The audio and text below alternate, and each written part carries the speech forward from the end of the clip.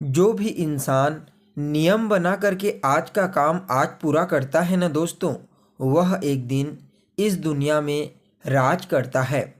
नमस्कार दोस्तों, मैं ज्योतिष आचार्य वासुदेव मिश्रा आपका अपने चैनल सत्य की खोज में हार्दिक अभिनंदन करता हूं। दोस्तों, आज का यह ज्योतिष का कार्यक्रम आप लोगों के लिए यानी कि वृश्चिक राशि वालों के लिए बेहद ही ज़्यादा खास कार्यक्रम साबित होगा। जैसा कि आपने थंबनेल में स्पष्ट रूप से देख ही लिया होगा कि मंगल का तांडव देखेगी दुनिया। अब आपकी किस्मत होगी सातवें आसमान पर। भाग्य और सफलता की ऐसी सीढ़ी आज तक नहीं देखी होगी। जी हाँ दोस्तों, आपने बिल्कुल ठीक सुना। ऐसा ही कुछ अब आपके जीवन में होने वाला है, क्योंकि सेनापति मंगल का राशि परिवर्तन हो चुका है। जी हाँ, 28 दिसंबर 2023 की प्रातः 3:02 पर भूमिपुत्र मंगल अपनी वर्तमान खुद की वृश्चिक राशि को छोड़ करके अपने मित्र देवगुरु बृहस्पति की मूल त्रिकोण राशि धनु राशि में प्रवेश कर चुके हैं, जहां पर वह 5 फरवरी 2024 की शाम तक रहेंगे। फिर उसके पश्चात राशि परिवर्तन करके अपनी उच्च राशि मकर राशि में प्रवेश कर जाएंगे। वैसे देखा जाए तो मंगल महाराज एक राशि में लगभग 45 दिनों तक गोचर करते हैं, लेकिन जब मंगल की गोचर की बात आती है तो सदैव इसकी चर्चा बृहद रूप से की जाती है, क्योंकि कर्म प्रधान विश्व रचि राखा। जो पुरुषार्थी हैं, जो पुरुषार्थ में विश्वास करते हैं, कर्म में विश्वास करने वाले हैं, उनके लिए मंगल के गोचर को समझना अत्यंत ही आवश्यक होता है, क्योंकि मंगल हिम्मत है, शक्ति है मंगल, पराक्रम, हथियार, ऊर्जा, वाद विवाद, क्रोध और अहंकार है मंगल। अपने इन्हीं कारकत्वों के कारण हमारे जीवन के विभिन्न पहलुओं को नियंत्रित करते हैं। कुंडली में मंगल का बलवान होना जातक को साहसी प्रवृत्ति का बना देता है, किसी से न दबने वाला, सदैव मेहनत में विश्वास रखने वाला। और अगर वहीं मंगल कमजोर हो जाते हैं तो जातक दब्बू प्रवृत्ति का हो जाता है, परेशानियों से शीघ्र ही घबरा जाता है। इसलिए मंगल का हर किसी की कुंडली में बलवान और शुभ स्थिति में होना बेहद ही ज़्यादा आवश्यक है। और यह जो धनु राशि है दोस्तों, यहाँ पर भी कुछ ऐसा ही परिणाम मंगल देते हैं। तो ऐसे में पूरे विस्तार के साथ आपको बताएंगे मंगल अपने मित्र देवगुरु बृहस्पति की राशि में गोचर करते हुए किस प्रकार का परिणाम आपको प्रदान करेंगे। मंगल महाराज के इस गोचर काल को बेहतर बनाने के लिए क्या उपाय आपको करना चाहिए, हर एक जानकारी आपको विस्तार के साथ बताने वाले हैं। इसलिए इस कार्यक्रम को अंत तक देखने का प्रयास कीजिए। और अगर आप अपनी जन्म कुंडली पर हमसे परामर्श लेना चाहते हैं तो वीडियो के अंदर और डिस्क्रिप्शन बॉक्स में आपको नंबर मिल जाएगा, जहां से आप संपर्क करके अपनी जन्म कुंडली का पूरे विस्तार पूर्वक अध्ययन करवा सकते हैं। देखा जाए तो मंगल उच्च अभिलाषी होकर के धनु राशि में गोचर कर रहे हैं, लेकिन दोस्तों पहले से ही इस राशि में सूर्य देव मौजूद हैं, जिनके ऊपर इस राशि के स्वामी देवगुरु बृहस्पति की दृष्टि पड़ रही है, जिसके परिणाम स्वरूप यह जो धनु राशि है और यह भाव पहले से ही ऑलरेडी बेहद ही ज़्यादा मजबूत हुआ पड़ा है। और ऊपर से यहाँ पर सेनापति मंगल का आ जाना यह और भी ज़्यादा श्रेष्ठ साबित होगा, क्योंकि यहाँ पर सबसे पहले मंगल और सूर्य युति बना करके पराक्रम योग का निर्माण करेंगे। और इन दोनों के ऊपर देवगुरु बृहस्पति जैसे शुभ ग्रह की दृष्टि का पड़ना फिर कहना ही क्या। इसके साथ ही इस गोचर काल में मंगल शनि के साथ तीसरे 11वें का संबंध बनाएंगे, यानी कि लाभ का संबंध, और राहु के साथ केंद्र का संबंध।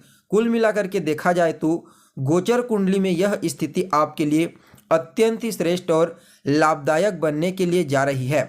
तो दोस्तों देखिए, आप लोगों के लिए यानी कि मूल रूप से वृश्चिक राशि वाले जातकों के लिए मंगल महाराज का यह जो गोचर है, यह आपकी कुंडली में आपकी राशि से दूसरे स्थान में हुआ है। मंगल महाराज आपके दूसरे भाव में जब भी गोचर करते हैं तो यह निसंदेह आपके लिए आर्थिक रूप से बेहद मजबूत और फायदेमंद माने जाते हैं। अचानक ही इस समय धन लाभ यानी कि आकस्मिक धन लाभ की स्थिति बनाएंगे। यह गोचर वैसे तो बहुत ही अच्छा है, लेकिन कुछ मामलों में सावधानी भी बरतनी होगी। वाणी पर नियंत्रण रखना होगा। जो आपके अधीनस्थ हैं, जो कर्मचारी आपके अंडर में कार्य करते हैं, उनका सम्मान करना इस समय जरूरी होगा। उनसे शालीनता से पेश आने का प्रयास कीजिए। वैसे देखा जाए तो भविष्य को लेकर के अगर आपके मन में कोई भी योजना है तो उस योजना पर काम करने के लिए यह गोचर बहुत ही बढ़िया रहने वाला है। साथ ही साथ इस समय अपने खान पान पर ध्यान रखना है। इस गोचर काल के दौरान योगाभ्यास का सहारा लेते रहिए। यहाँ पर यह जो राशिफल है दोस्तों, इसे आप जान लीजिए कि मैं इसे आपकी चंद्र राशि के आधार पर बता रहा हूँ। इस समय संतान पक्ष को लेकर के थोड़ी बहुत चिंता बन सकती है, लेकिन अगर पहले से संतान पक्ष को लेकर के कोई चिंता है तो आपको ऐसा लगता है कि संतति आपकी बात नहीं सुनती, आपके साथ किसी भी प्रकार से संतति का तालमेल नहीं बैठ रहा है, तो उस कंडीशन में आप संतान के साथ बैठ करके उनके साथ थोड़ा समय व्यतीत कीजिए। जो भी अनबन होगी, जो मन की गलतफहमी होगी, वह दूर हो जाएगी।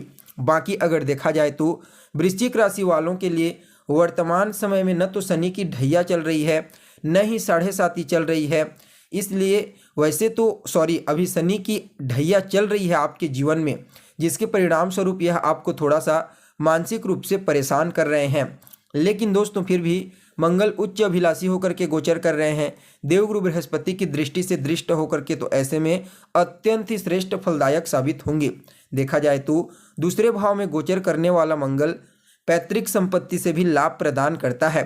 इस समय ज़्यादा कोई समस्या नहीं होगी, लेकिन यहाँ पर मंगल छठे भाव के स्वामी बनते हैं, इसका भी आपको थोड़ा सा ध्यान रखने की आवश्यकता है।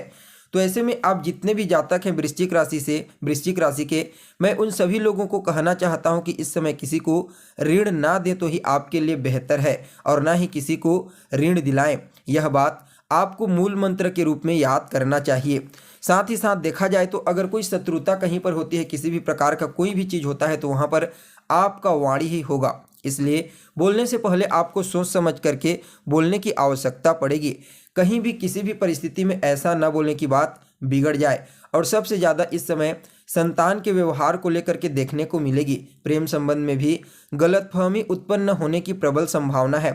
पंचम भाव पेट का स्थान होता है, तो पेट में भी जलन, पित्त जैसी संबंधित समस्या आपको हो सकती है। डाइजेशन की प्रॉब्लम, इसकी संभावना जबरदस्त रूप से दिखाई दे रही है। लेकिन जैसा कि मैंने कहा, कोई बड़ी चिंता वाली बात नहीं है, लेकिन फिर भी इन चीज़ों का आपको ध्यान रखना आवश्यक है।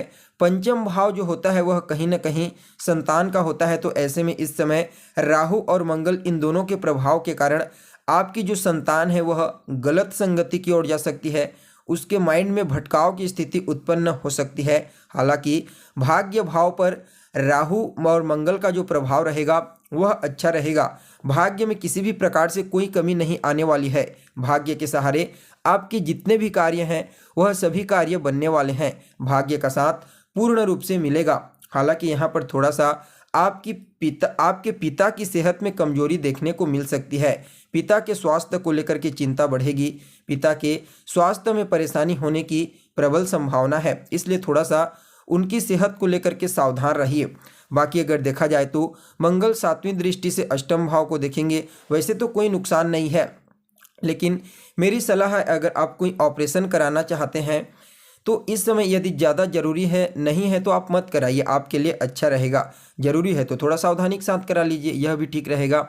अब बारी आती है नौकरी पेशा लोगों के लिए, व्यापारियों के लिए, तो इससे मैं सम्मिलित रूप से अच्छा ही कहूँगा। इस गोचर को व्यापारियों को इस समय विशेष तौर पर लाभ की प्राप्ति होगी, व्यापार में सफलता मिलने वाली है। इसके अलावा यह गोचर आपके जीवन में उन्नति कारक साबित होगा, कार्य क्षेत्र में सफलता दिलाने वाले साबित होगा, बिगड़े काम को बनाएगा और कहीं ना कहीं देखा जाए तो मान सम्मान, पद प्रतिष्ठा और सम्मान दिलाने वाला भी साबित होगा। इसके साथ ही बॉस के साथ थोड़ा सा आपको अपनी जो कॉम्बिनेशन है उसे बेहतर बनाना है। बाकी यह गोचर हर तरह से आपके लिए बढ़िया है।